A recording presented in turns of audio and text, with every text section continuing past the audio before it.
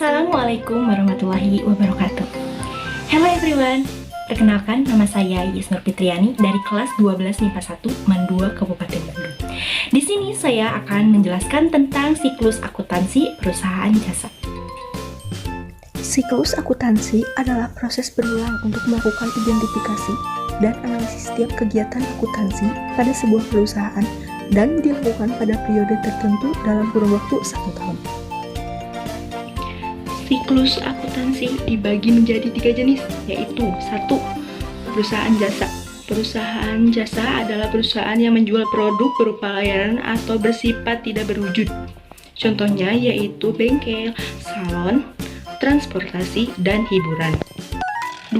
Perusahaan dagang adalah perusahaan yang menjual barang dengan cara membeli barang dari pemasok, kemudian menjual kembali dengan harga lebih tinggi tanpa mengubah bentuk produk tersebut. Contohnya yaitu supermarket, minimarket, dan warung kelontong.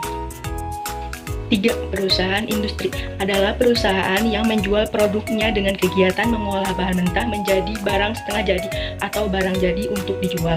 Contohnya yaitu industri otomotif, elektronik, dan lain-lain. Yang keempat yaitu tidak dapat dipisahkan atau inseparability adalah proses produksi dan penjualan yang terjadi bersamaan. Selanjutnya yaitu karakteristik perusahaan jasa. 1. Berubah-ubah atau variability, yaitu jasa disesuaikan dengan selera, waktu, tempat, dan karakteristik konsumen. 2. Yaitu tidak berwujud atau intangibility, yaitu jasa tidak berwujud fisik dan tidak dapat dilihat dan diraba.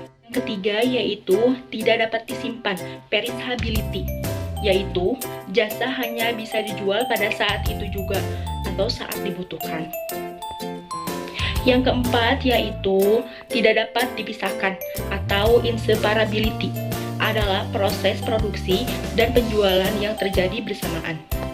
Bukti transaksi digolongkan menjadi 2, yaitu bukti eksternal dan bukti internal. Adapun bukti transaksi eksternal adalah bukti perusahaan yang telah menerima atau membayar sejumlah uang. Misalkan perusahaan dengan pemasok, perusahaan dengan bank, dan perusahaan dengan pelanggan. Contohnya yaitu kwitansi, faktur, nota kredit, nota debit, nota kontan, dan lain sebagainya. Yang kedua yaitu bukti transaksi internal adalah bukti yang digunakan untuk kegiatan transaksi di dalam lingkungan perusahaan. Contohnya yaitu memo atau memorandum, bukti kas keluar, dan bukti kas masuk.